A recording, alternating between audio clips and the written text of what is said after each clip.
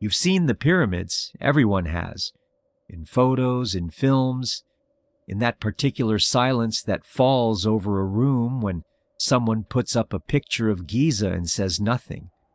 They're impossible. That's the word people use. Impossible. But here's the thing about impossible things. Someone built them. Not a god. Not a machine. Not a myth.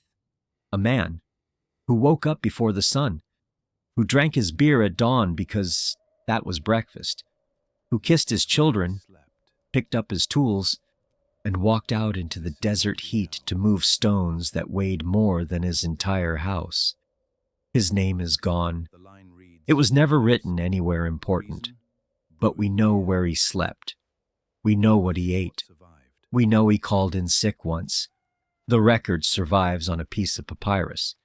And the reason given was brewing beer. He was not a slave. That part surprises people. He was a worker, organized, housed, fed, and paid, part of a system so precise, so human, that it produced the last surviving wonder of the ancient world. Today, we follow him, not the Pharaoh, not the architect, the man who built it. The village had a name, Set Mat, the place of truth. That's what they called it. And there's something in that name that stops you if you let it. A community of workers living in the shadow of the greatest construction project in human history, and they named their home the place of truth. It sat in a dry valley on the west bank of the Nile, near what we now call Luxor, hidden from the river by a ridge of limestone cliffs, close enough to the Valley of the Kings to walk there in the morning, far enough from everything else that it felt like its own world. Because it was. We know this place, unusually, remarkably well. El-medina, as archaeologists named it, survived. The dry desert air preserved papyrus, pottery, and stone inscriptions that would have rotted anywhere else on earth. What came out of that sand was not treasure. It was something rarer, the daily life of ordinary people, written in their own hand, attendance records, legal disputes, love poems, grocery lists, letters between a husband and wife arguing about linen, the kind of things that don't usually survive 3,000 years, but they did. And because they did, we can follow one man through a single day in that village, not as an abstraction, not as a symbol, but as a person, with a body that ached, with a family that needed feeding, with a job that was, by any measure, one of the hardest in human history. His house was small, 2, maybe 3 rooms, mud brick walls, dried in the desert sun, the same sun that baked the stones he moved at work. The floor was packed earth.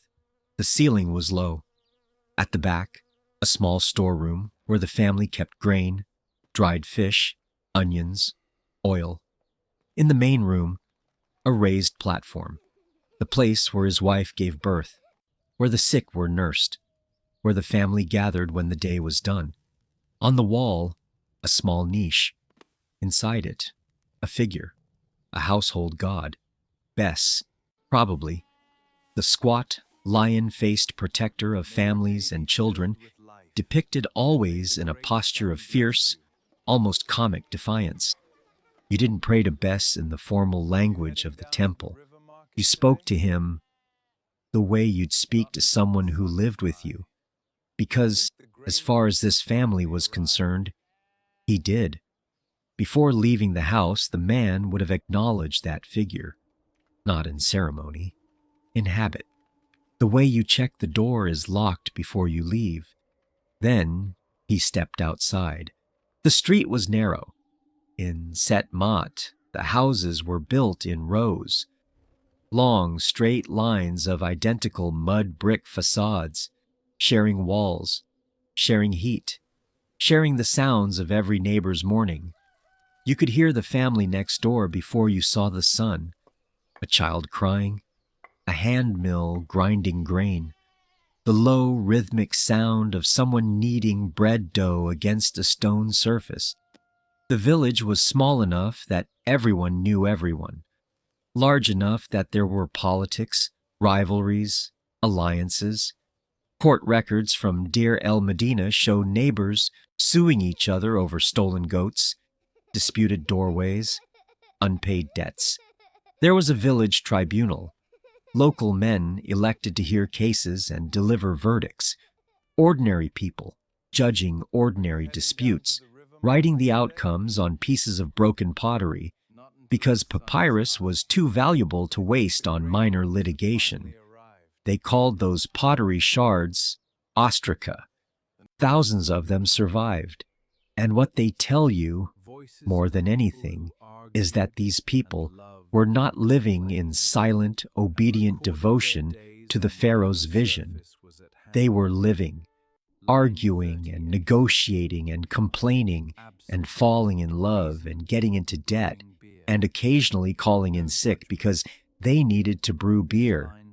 That record exists, literally. An attendance log, preserved on papyrus, lists the reasons workers were absent from the site on specific days.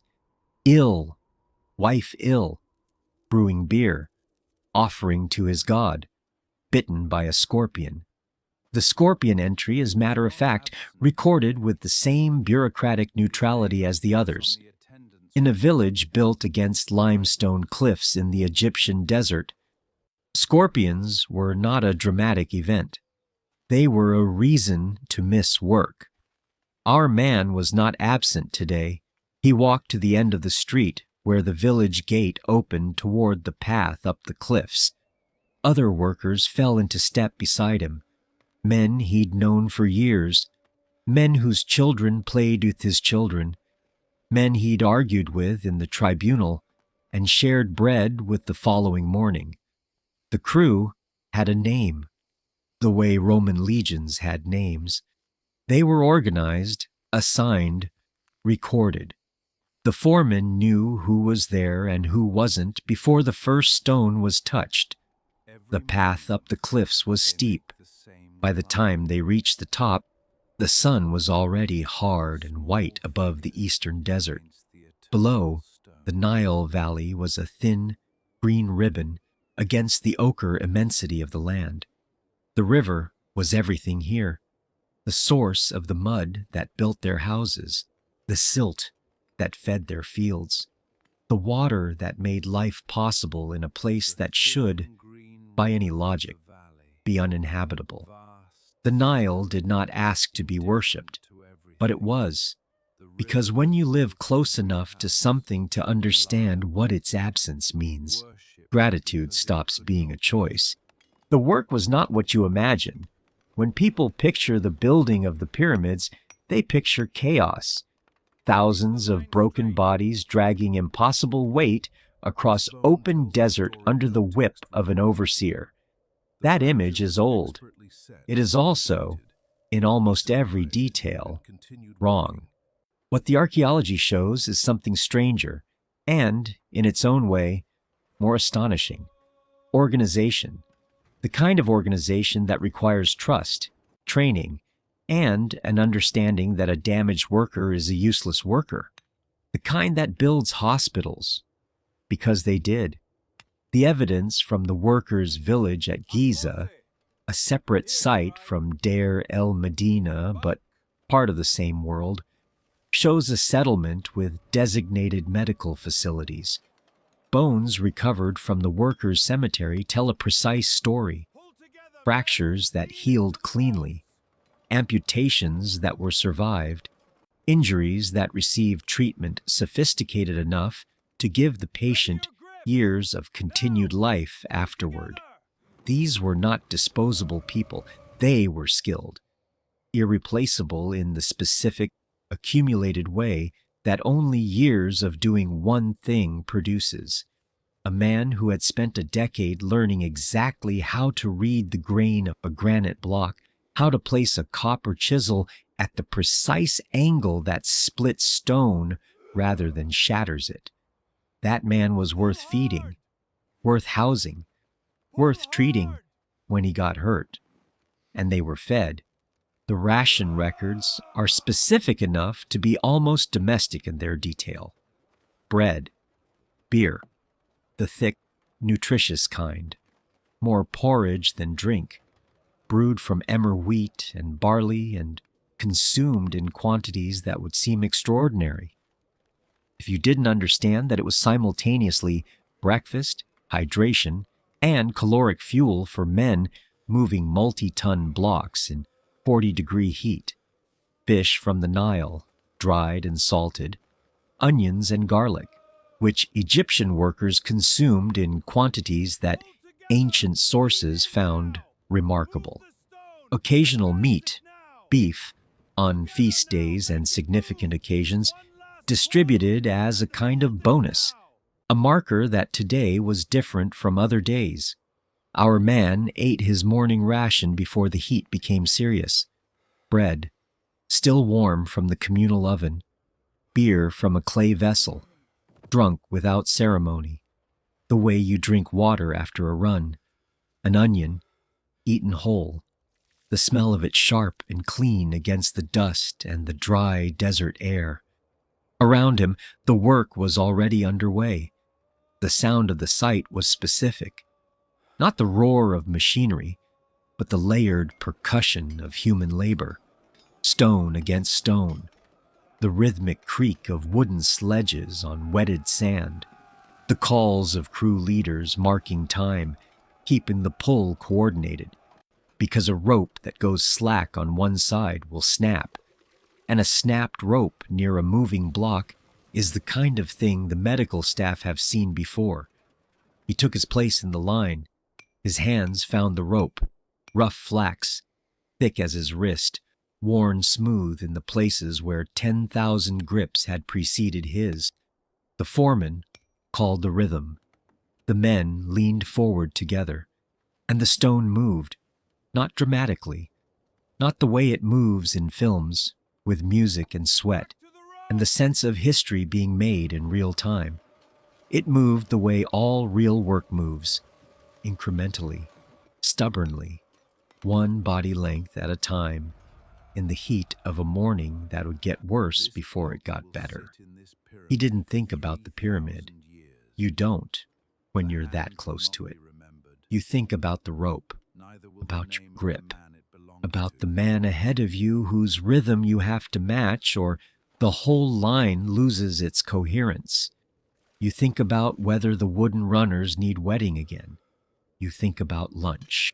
The afternoon was different. Not easier, but different in the way that the second half of any hard day is different from the first. The body has stopped arguing and started simply doing, moving on something closer to habit than decision. The heat was at its worst between midday and mid-afternoon. The sun directly overhead, the limestone reflecting it back from below, so that you were caught between two sources of white light with nowhere to put your shadow. The Egyptians understood this. The working day was structured around it. Evidence from the site records suggests shifts, crews rotating through the heaviest labor in the cooler morning hours, lighter tasks or rest periods in the brutal midday heat. This was not generosity. It was engineering. A man who collapses from heat exhaustion in the afternoon is a man who cannot work tomorrow, and the project ran on the assumption that tomorrow always came. Our man rested in the shadow of a half-finished wall. Around him, others did the same, eating, drinking, talking in the low, unhurried way of people who have earned the right to stop moving for an hour. The conversation would have been the conversation of workers everywhere and in every time. The foreman's latest decision, the quality of this week's bread ration, someone's wife, someone's neighbor, something funny that happened on the site 3 days ago that was still being refined in the retelling. In one corner, a younger man was writing. Not everyone could, but literacy at dear el-Medina was unusually high for the ancient world. Scribes trained their sons, craftsmen, kept their own records, and the village produced men who could read the administrative documents that governed their lives rather than simply receiving them. That younger man was writing a letter, to his brother perhaps, or to a supplier in the city. The medium was a piece of broken pottery, an ostrakhan, smooth on one side, the hieratic script flowing across it in the compact, abbreviated hand of someone writing quickly, practically without performance.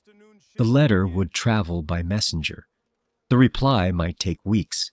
In the meantime, you worked with what you knew, made decisions with the information available, and trusted that the system, the vast, precise, bureaucratic system that organized every aspect of life in this valley, would continue to function.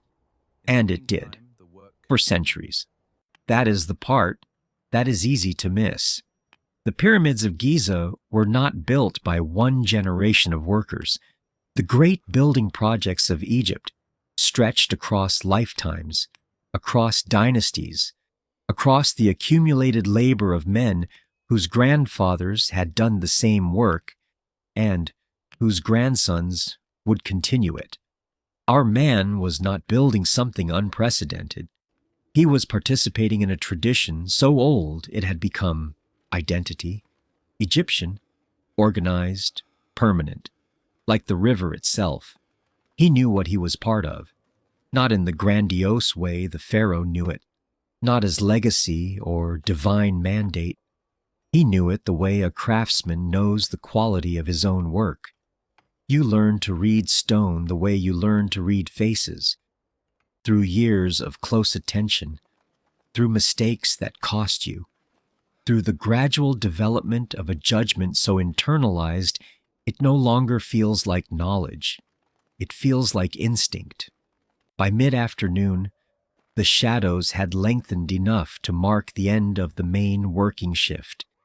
He set down his tools, the copper chisel, valuable, inventoried, returned to the foreman at the end of each day, went back into its designated place. The wooden mallet, worn smooth at the handle from years of his specific grip, he carried himself. Tools were not always issued and returned. Some were personal, maintained with the quiet pride of someone who understands that the quality of your instrument reflects the quality of your attention. He began the walk back down the cliffs. Below, the village waited. The thin green line of the Nile in the distance, the smell of cook fires beginning, acacia wood mostly, the smoke of it particular and sharp, and underneath it, if the wind was right, the smell of bread. His daughter was waiting at the door, 7 years old, maybe 8, dark eyes, the kind of attention that children have before they learn to divide it. She had been at the household altar.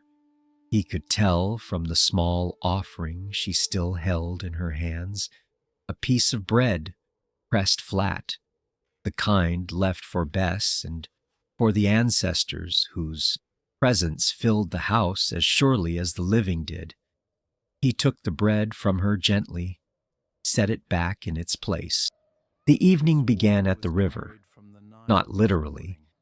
The village was too far from the Nile for a casual walk at the end of a working day. But the river was present in everything, in the water carried up in clay jars each morning, in the fish drying on the flat roof above their heads, in the silt that had built the bricks of the house, the mud that sealed the gaps between them, the dark, rich soil that would receive the grain seed when the flooding season ended. The Nile was not background.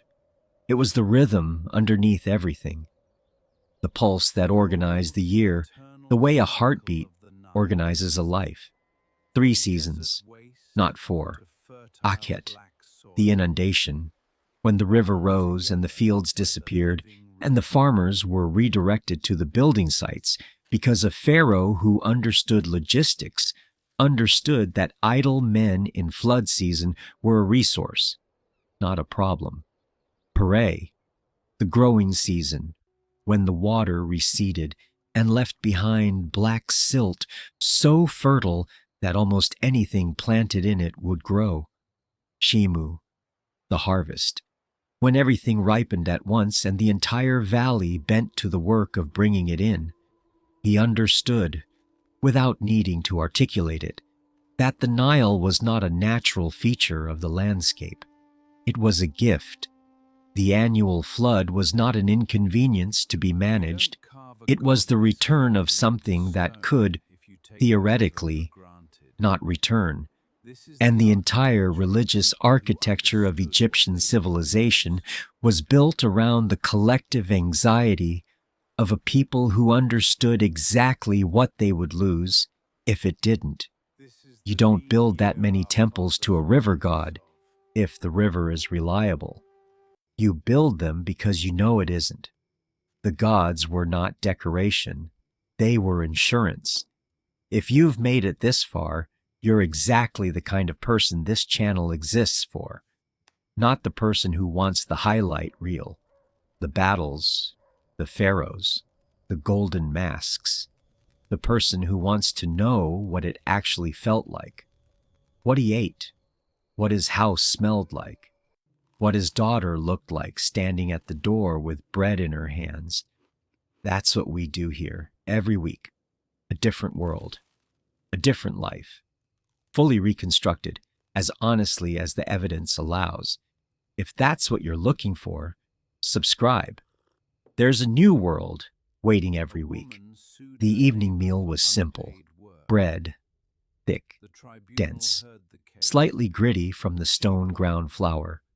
The mineral content of the millstone worked its way into every loaf, and over decades it wore down the teeth of an entire population. Dental records from Egyptian remains tell a consistent story. By middle age, the molars were worn nearly flat. He knew his teeth hurt. He didn't know why. What he knew was that they had always hurt, that his fathers had hurt, that it was simply one of the conditions of being alive in a body that worked as hard as his did. He ate anyway, because you do. Beside him, his wife managed the household with the quiet competence of someone who had internalized 1,000 small systems. Egyptian women of this class were not confined. They moved through the village, traded, appeared in legal records as parties to contracts and disputes. One Ostrakhan from el-medina records a woman successfully suing a neighbor over unpaid work. She won. After the meal, the family moved to the roof. In summer, the roof was where you slept. The mud brick walls held the day's heat long after dark, and the flat, open surface above caught whatever breeze the desert offered. The children settled quickly, the way children do when they are genuinely tired. He lay on his back. Above him, the Egyptian sky. The stars were different then. Not physically.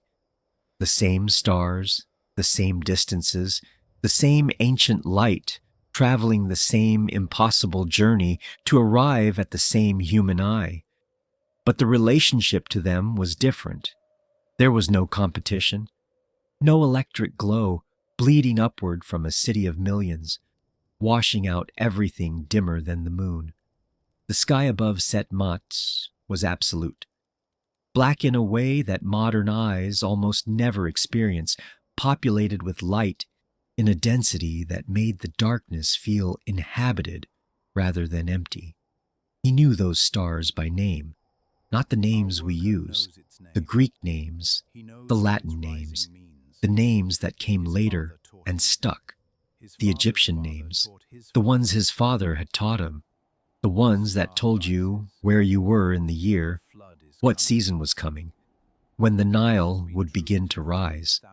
The star Sopdet what we call Sirius, rose just before dawn once a year, and when it did, the flood was coming.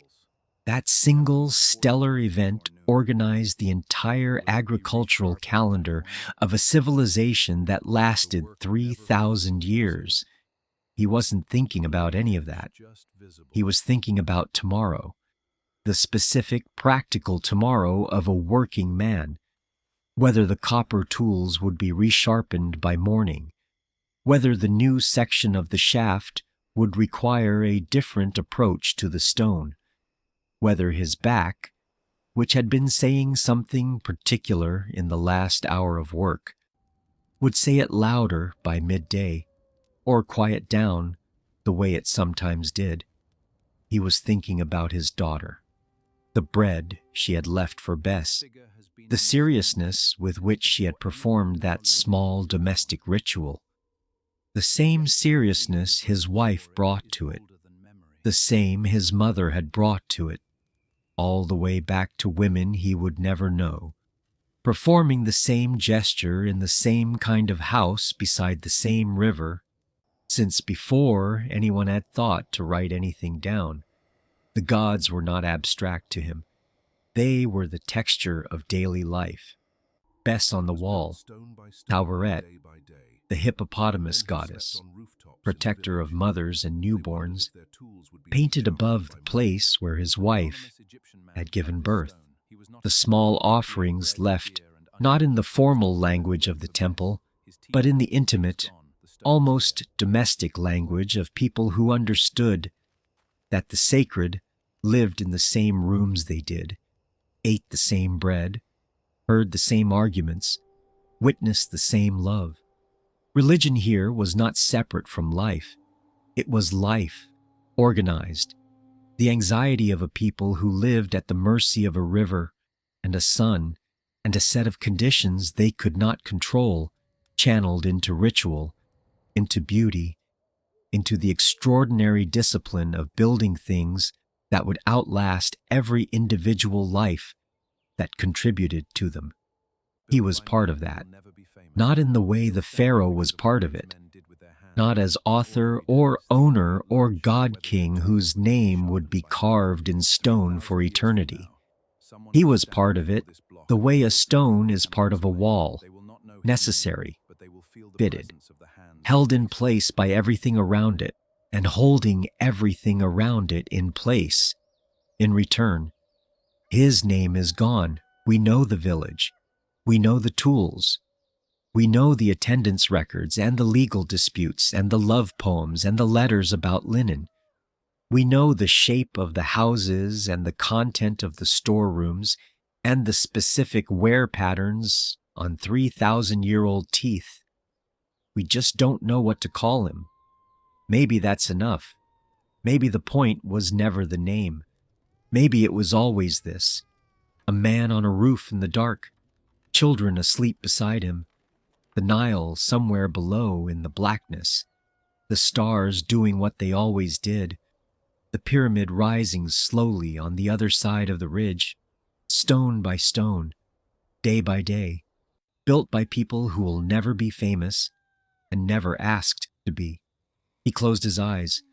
Tomorrow the sun would rise from the east, the way it always had, the way it always would. The foreman would call the crew. The rope would go taut. The stone would move. And somewhere in that movement, in that specific, human, unremarkable act of a man doing his job on an ordinary day, something impossible would continue to be built. It still stands. He never knew it would. Neither will you. The thing you're building right now, day by day, in the life no one is recording, but it's being built. If this gave you something, share it with someone who would want to know how he lived. Leave a comment below. What part of his day surprised you most? And tell me, which ancient world do you want to visit next? We'll be there. He got through his day. So did a million others like him. So will you.